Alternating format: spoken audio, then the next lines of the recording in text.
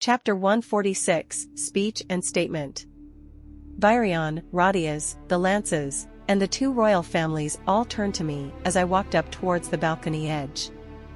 The applause rose to a deafening crescendo at my appearance as Virion waited for me at the very end.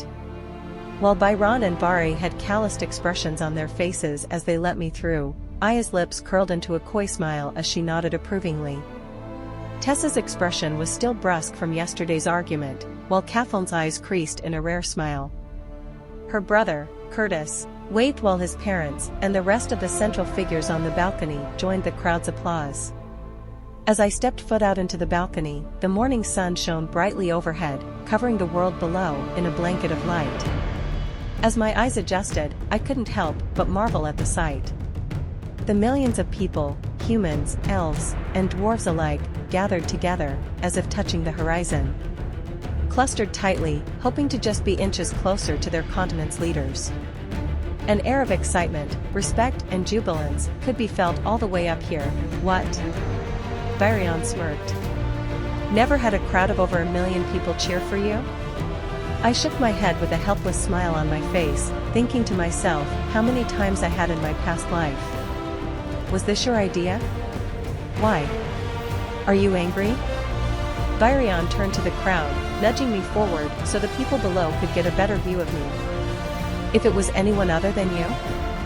Yes. Good. Now keep smiling and wave at them. They can see you on a wide-scale projection behind us. Taking a quick glance at the enormous projection behind me, I couldn't help but think of Emily Watskin when she had disclosed to me in class that she was the one that designed this apparition. Looking back ahead, I raised an arm and waved to the mass, Sylvie following suit atop my shoulder. The thundering cheers slowly softened to a buzz of excitement as everyone except Virion and I stepped back toward the back of the balcony. Now, you wouldn't happen to have a speech ready for the upcoming war, right? You're kidding me, right? I struggled to maintain a calm smile. I want you to be the one presenting the announcement, Virion said, his voice unwavering as he handed me the voice-amplifying artifact he had clipped onto his collar. Virion. I can't. My voice faltered as the people below waited excitedly for someone to speak. I haven't even prepared myself to accept this position as a lance, let alone give a speech as one. I didn't want you to prepare. These are your people, Arthur. You grew up amongst them and they'll listen to you with much more sincerity and empathy than if some spoon-fed noble spoke. That's only if I deliver a well-thought-out speech, I argued as I turned to shake Virion's hand as an excuse to prolong the inevitable. I trust you. Just speak from your heart. Virion stepped back as the trickle of cheers silenced into an anxious rest. While even the closest people in the mass were no larger than the nail of my thumb from where I was standing, I was still able to find my parents amongst them with my sister riding atop Boo's large shoulder. The apprehension that came with unpreparedness dwindled as I locked eyes with my mother. Even with augmented vision, I was barely able to make out the gentle smile on her face, but that was enough. I knew what to say. Letting out a deep breath, I stood at the edge of the castle balcony and turned on the voice-amplifying artifact.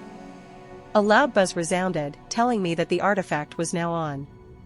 I took another step forward, so I was leaning forward on the balcony rail, waiting patiently for the last of the cheers to subside. Despite my age, I've read countless books on this continent's history and economy. Yet, in none of those books does it explain what makes their citizens love their country. Some historians have speculated that it's because they were born there that they have a natural inclination toward their homeland.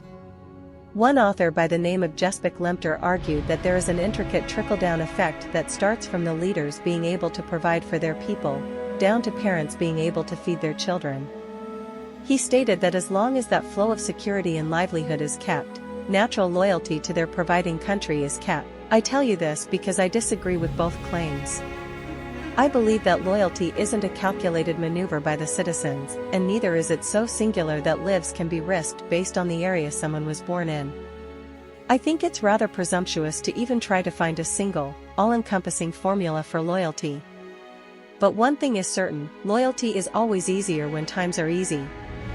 It's easy to cheer for your king when your children are well fed and your land is prosperous. It's easy to rally behind an army when you know it's going to win, but this isn't like those times. Through this war, your loyalty to this country, to this entire continent, will be tested, because there will be times when you'll be faced with a choice between dying with your people, or hoping to live with your enemies. The air amongst the crowd darkened as my voice fell into a whisper, but I continued. The fact that I'm up here right now speaks for the choice that I'm going to make when that time comes for me, but it isn't because of my title as a lance. My loyalty wasn't bought, nor was it freely given. My loyalty to this continent and to everyone in it was nurtured from my childhood in the countryside, then as an adventurer, then a student, then a teacher, and now, it'll be proven as a lance. Sure, this continent and its leaders have their flaws, but what no one can say is that they haven't tried.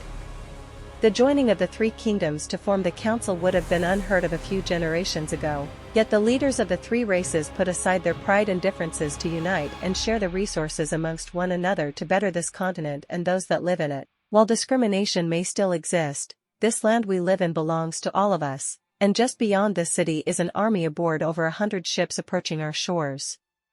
We've been given an option to either give up the lives of all the royal families that have served this continent in exchange for taking our land without a fight, or to presume with this war on a greater, much more devastating scale.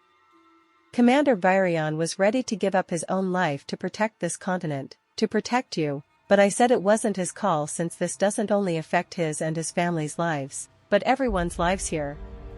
I turned around and motioned for Virion and everyone else to come forward. I would rather fight and risk dying for the life I've come to love here rather than betray my brethren in hopes of a promise that our enemies that have already separated families, may or may not keep. But I dare not speak for everyone in this continent.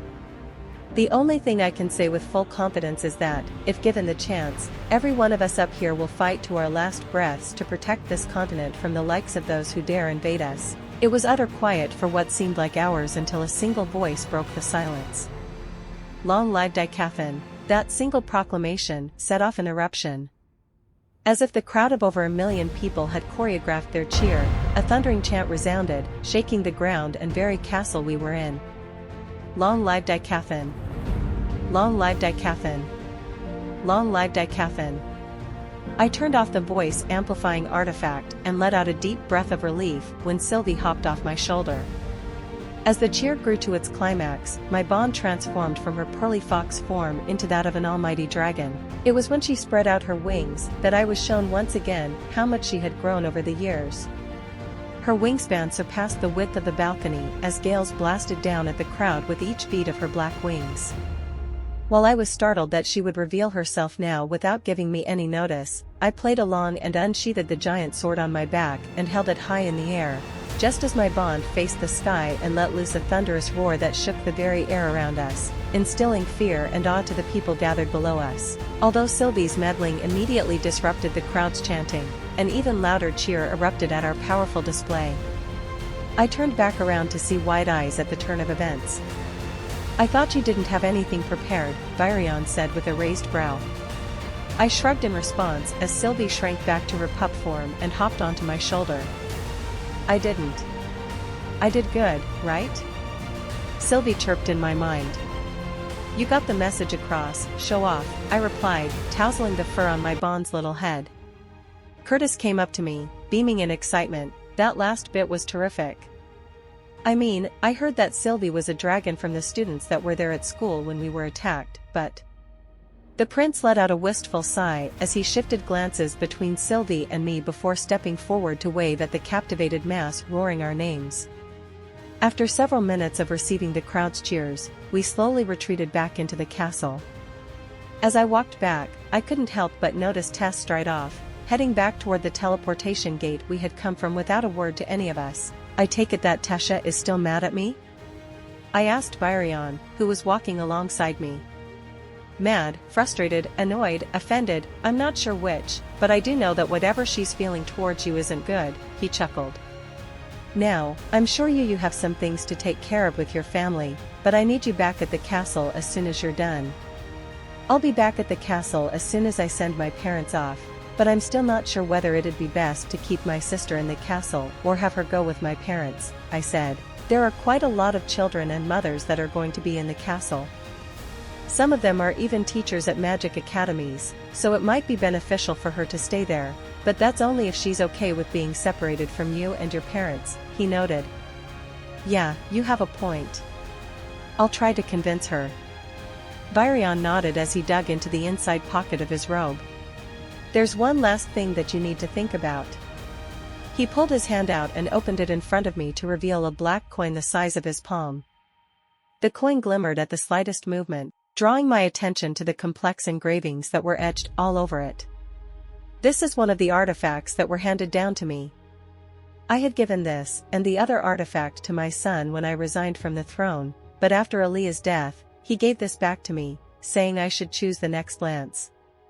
I stood there silently for a moment, mesmerized by the oval coin that seemed to pulse in Byron's hand. So this is the artifact that Aaliyah had? Yes. Bonding it with your blood and mine will trigger it, giving you the boost that allowed all the other lances to break into the white stage. I know you're not an elf, but I'd be honored if you'd serve as a lance under me. My hands twitched, tempted to accept his gift that would give me a better chance to fight the 4 scythes and their retainers. Letting out a sigh, I shook my head. I'll fight for you even without this bond, but I can't take this. I may regret it, but it doesn't feel right for me to cheat my way into the white stage. I'll get there on my own. Good choice, the familiar, hoarse voice of a certain Azura chimed in from behind me. I looked back over my shoulder to see the purple-eyed Azura walk over, his arms behind his back. Lord Alder, Byron bowed curtly, his palm still open for the Azura to see. Alder lifted the coin from his hand and studied it with a downward glance. While this artifact may give you a tremendous boost in strength, it greatly inhibits the potential to grow further. The Azura tossed the coin back to Byron as he continued speaking. Normally, I'd recommend that any lessers take the opportunity to use this, especially in these dangerous times, but Arthur, you're a different case. Your talent aside, in you Lady Sylvie's dragon blood courses through your veins, and the powerful will of her mother inside your mana core. It may serve as a risk during the war, but I'd suggest you don't take it. Thank you for the heads up, I replied. Taking a look around, I noticed that, while Blaine and Priscilla Glader remained here, Curtis and Kathleen, along with Tess and her parents were gone. Are you heading back to the castle right now as well? I asked Byron. Byron nodded solemnly. There's much to prepare for. Blaine and Priscilla will help prepare the city with the help of their lances in the meantime. We won't know where exactly they'll land or how spread out they're going to be, but it's vital that we protect the city. Fortunately, the ships are still a few days away. I understand. I'll meet you back as soon as I've taken care of everything here. As Byron and Alder prepared to go through the teleportation gate, the white-haired Azura turned back, matching my gaze with his single, purple eye. Arthur, are you ready for this war? My lips curled up into smirk as I let out a chuckle. No, but I don't plan on losing to those damn Vrutras. Alder smiled in return and turned back around. Good. That's what I like to hear.